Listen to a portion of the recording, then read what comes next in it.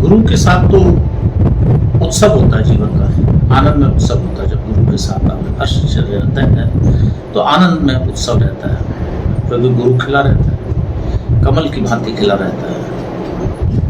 और उस आनंद के सरोवर में जब वो खुद डूबता है तो वो निश्चय ही समाज के मनुष्य को और जो उसके प्रिय साधक होते हैं, जो शिष्य होते हैं, जिनके साथ उसकी प्राण चेतना का अभिन्न अंग तार जुड़ा रहता है, तो उनको आनंद के उस सरोवर में डुबकी लगाता ही रहता है, इसमें कोई शक की बात नहीं।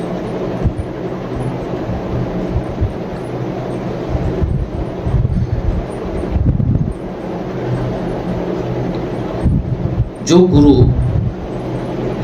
जो सदगुरु अपने आनंद के सरोवर को शिष्यों के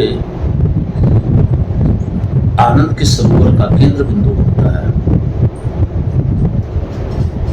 प्रसन्नता देता हुआ जागृत गुरु होता है, सदगुरु होता है।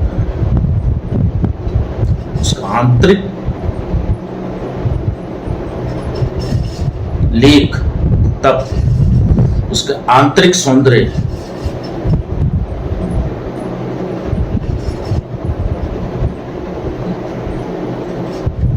उसके अंदर की प्रकृति जो उसने समेटी हुई है, उस प्रकृति को जो वो बाहर छलकाता है, अपने सागर को कागर से निकालता हुआ अपने शिष्यों के ब्रह्म में सरोवर करता है, तो शिष्य आनंद के उस सरोवर में गुरु के संग हो लेते हैं,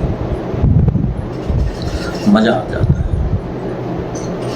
शिष्य लोटपोट हो जाते हैं अपने आंसू के माध्यम से गुरु के चरणों में।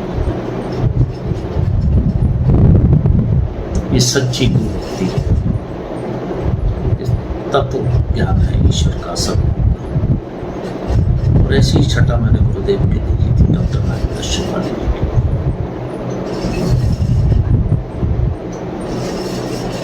वो अपने आनंद के सरोवर को शिष्यों के ब्रह्मानंद में, ब्रह्म में, उनके आंतरिक सरोवर में देते थे।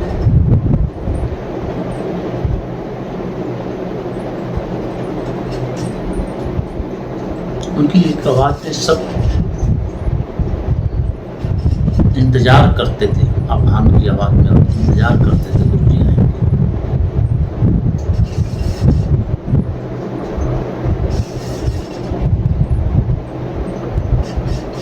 धार थी गंगोत्री की आंतरिक अवस्था की, गुरुदेव की शिवत की धार थी। मजा आ जाता था, आनंद आ जाता था। जब यौवन अवस्था में हम जोधपुर में रहते थे तो अच्छा लगता था।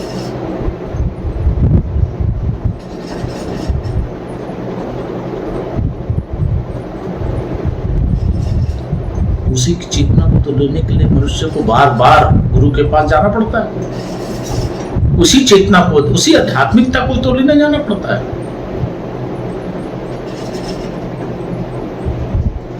जो अपने तार के साथ तार जोड़ दे, सदगुरु उसको कहते हैं। तार से तार मिला दो सदगुरु, मेरा अंतर तिमिर मिटा दो सदगुरु।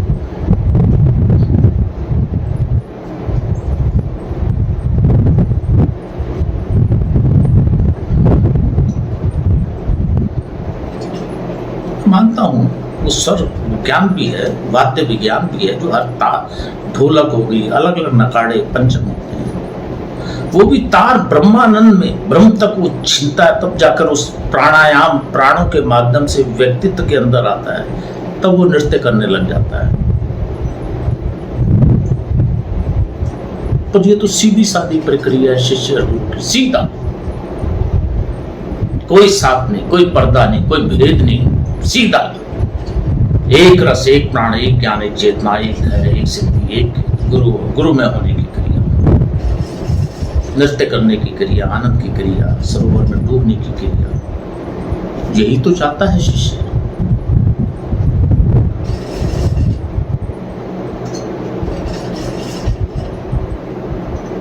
यही तो उसका उद्गम स्थल है। इधर उधर जाता हुआ, वाद्यों में जाता हुआ, फिर तार, फिर किसी वाद्य में होता हुआ, फिर प्रकृति के बीच उस वाद्य को नाद से टकराता हुआ, फिर उसके हृदय में आए, वो तो क्षण है। ये वाद्य बजा, फिर उस नाद से तुम्हारे हृदय के अंदर आया, तुम झूम गए आनंद के साथ। वो खत्म हुआ नाद, और फिर वो नाद खत्म, वो ढोल सवर नगाड़े खत्म हुए, नाद से क्रिया हुई और तुम्हारे वो खत्म हुआ, तो तुम भी उस डूबते हुए सरोवर उतने से निकल कर चले गए। पर तो जागृत अवस्था है गुरु के साथ, मस्ती की, आनंद के साथ, बसंत की, बसंत पंचमी इसी को तो कहते हैं। हृदय बसंत की भांति हो गया। ये शिष्य का धरोहर है जो गुरु के समेटे होता है,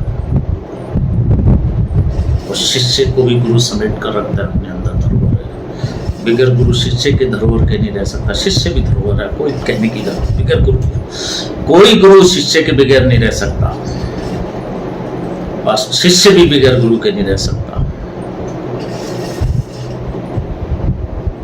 इसमें कोई मोल नहीं है, मैं तेरा और तू मेरा, तू मेरा मैं तेरा, बस इसके बीच में कोई नहीं। यही तो चेतना है, यही तो एक तत्व है, एक ज्ञान है, एक शेषता है। गुरु को समझने की क्रिया है, समझने की कोशिश करा जीवन के स्तर पर। छोटे छोटे आयामों को मैं समझाता रहता हूँ, यही तुम्हारे जीवन की शैली बन जाए, यही तुम्हारे परिवार के साथ आगे काम करें गुरु के संग। मैं अपना समय क्यों खराब करूं तुम्हारे साथ?